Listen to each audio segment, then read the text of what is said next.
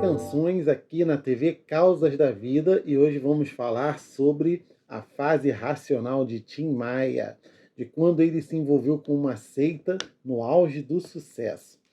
Em 1974, Tim Maia tinha rompido com a gravadora Polydor e tinha acabado de assinar com a gravadora RCA.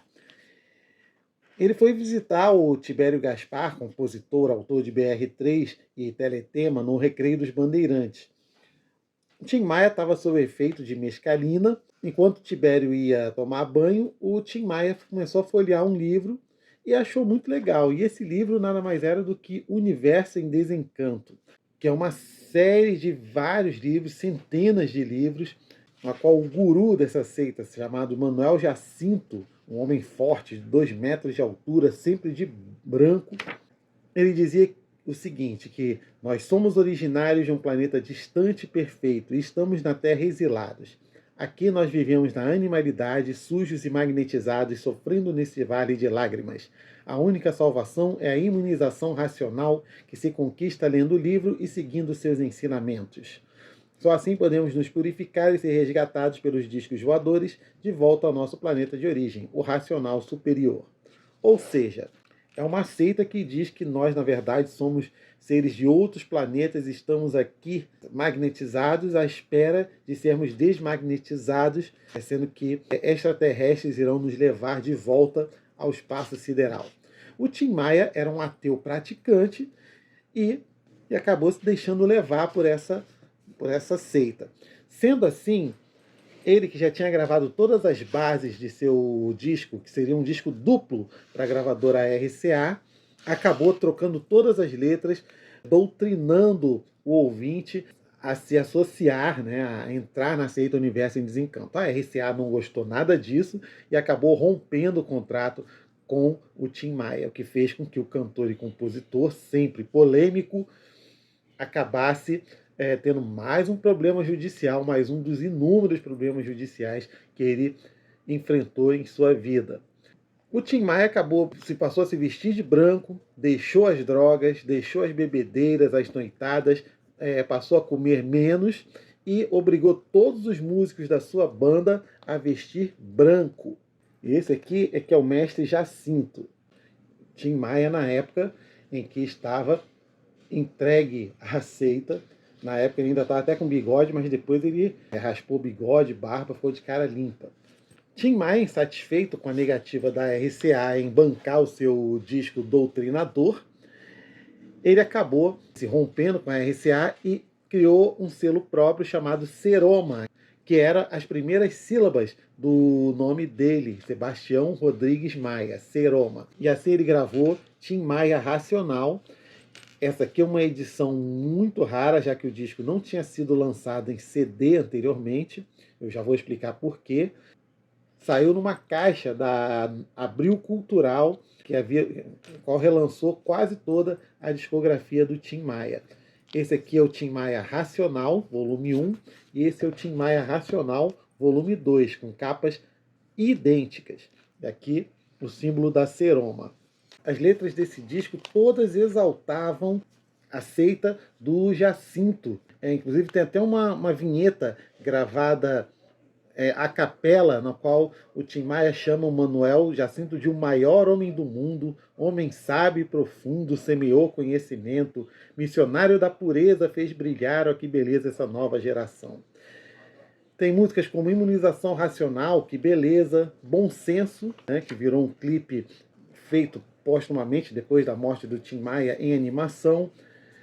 O volume 2 traz músicas como O Caminho do Bem, que esteve na trilha sonora do filme Cidade de Deus. Tem músicas assim que doutrinam o ouvinte de maneira assim forçada, como quer queira, quer não queira, todo mundo vai ler o livro Universo em Desencanto, o dever de fazer propaganda desse conhecimento, entre outras coisas. Como eu disse, o Tim Maia obrigou todos os seus músicos a se vestir de branco, pintar os seus instrumentos de branco também. Todos tinham que usar branco mesmo. E ninguém podia beber, ninguém podia usar drogas, nada. Até o nascimento do filho do Tim Maia foi influenciado pela seita. Carmelo Maia, que é o atual detentor do espólio do Tim Maia, foi um nome escolhido pela entidade que se apoderou do Manuel Jacinto. Nos programas de televisão era um problema. A luz branca estourava muito. Na época, as câmeras ainda eram muito rudimentares e muitas das televisões eram em preto e branco. Então, criava um contraste muito forte. Tim Maia tentou doutrinar muita gente, até mesmo John Lennon. O Tim Maia mandou um LP e um livro para o John Lennon, um LP desse aqui, do Tim Maia Racional.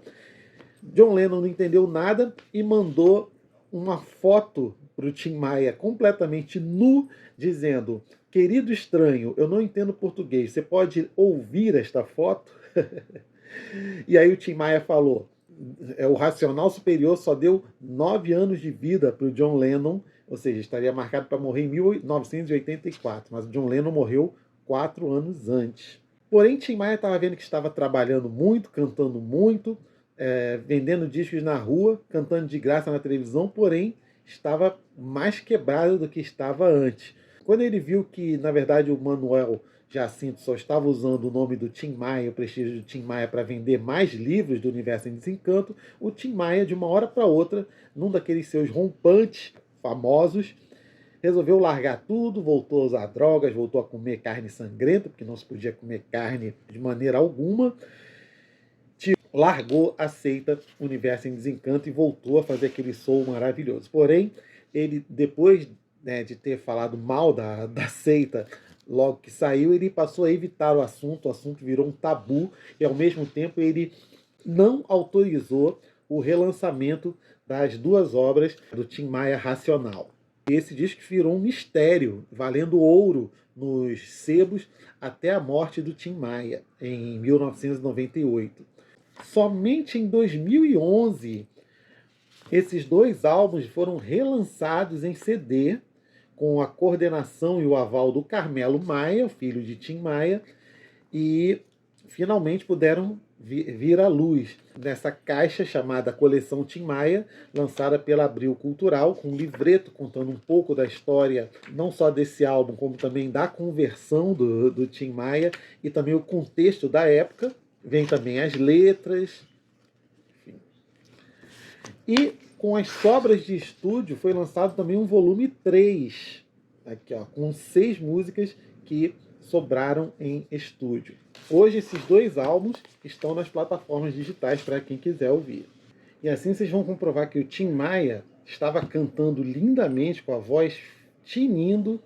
Os arranjos são simplesmente maravilhosos, todos a serviço de uma doutrina para lá de duvidosa. A maioria das informações que eu peguei estão nessa biografia simplesmente maravilhosa do Tim Maia, escrita pelo Nelson Mota. Vale Tudo, o Som e a Fúria de Tim Maia. Essa aqui é a edição de 2006. Espero que vocês tenham gostado desse vídeo. Este foi o Causas e Canções e eu sou o Guti.